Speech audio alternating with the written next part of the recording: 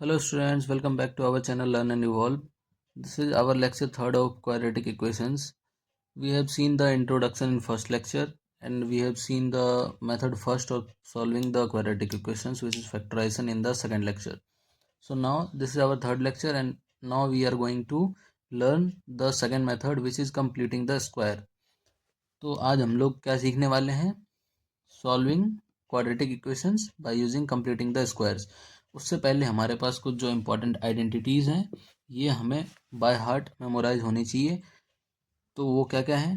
पहला है A plus B का whole square which is equals to A square plus B square plus two A B, and the second one is A minus B का whole square which is equals to A square plus B square minus two A B, and the third one is A square minus B square which is equals to A plus B into A minus B. ये तीनों आपको by heart याद होनी चाहिए और इसका हम लोग यूज़ करेंगे आगे अपने आने वाले क्वेश्चंस में।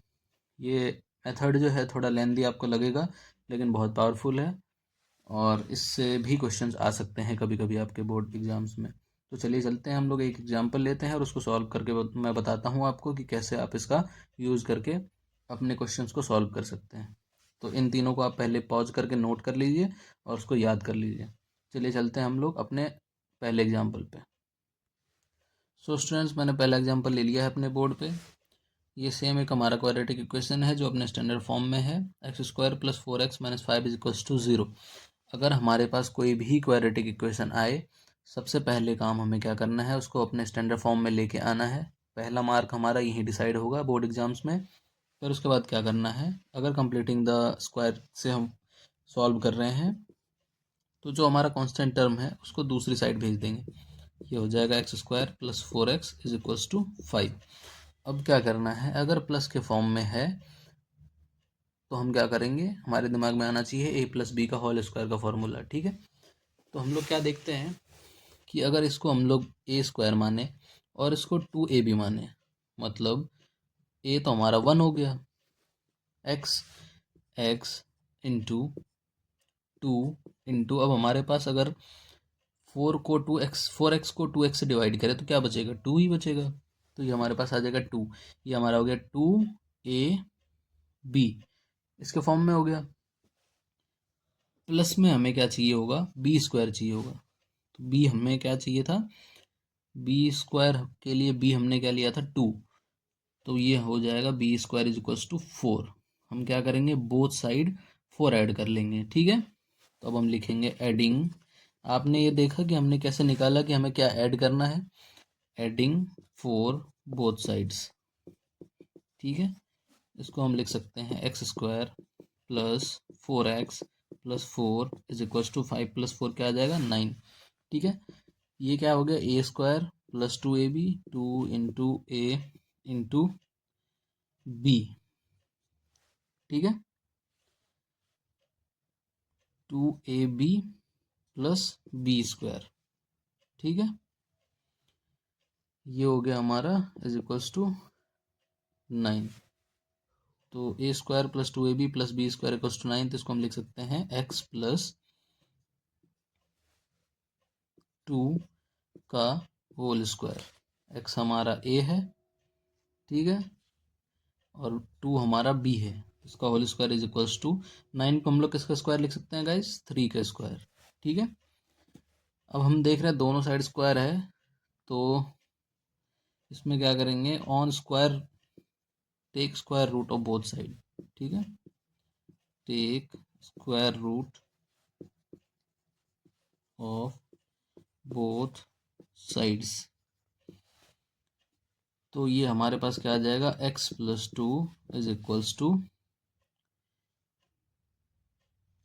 3।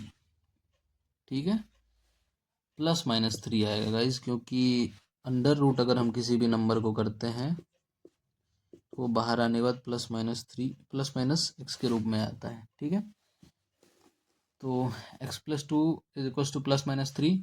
अब दो केसेस हमारे पास फिर से आ गए, if x plus 2 is equals to 3, if x plus 2 is equals to minus 3। तो therefore x equals to यहाँ आ जाएगा 1, therefore x equals to यहाँ आ जाएगा -5।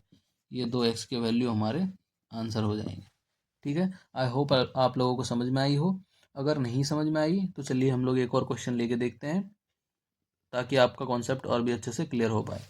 तो इसको नोट डाउन करें और हम लेते हैं अपना दूसरा एग्जाम्पल।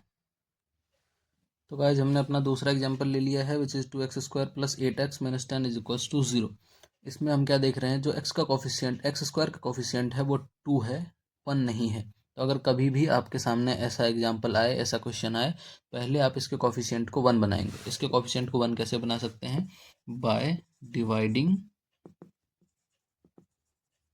Bye 2 both sides. ठीक है, अगर इस इक्वेशन को 2 से दोनों साइड डिवाइड कर दिया तो हमारे पास बचेगा x² + 4x - 5 = 0।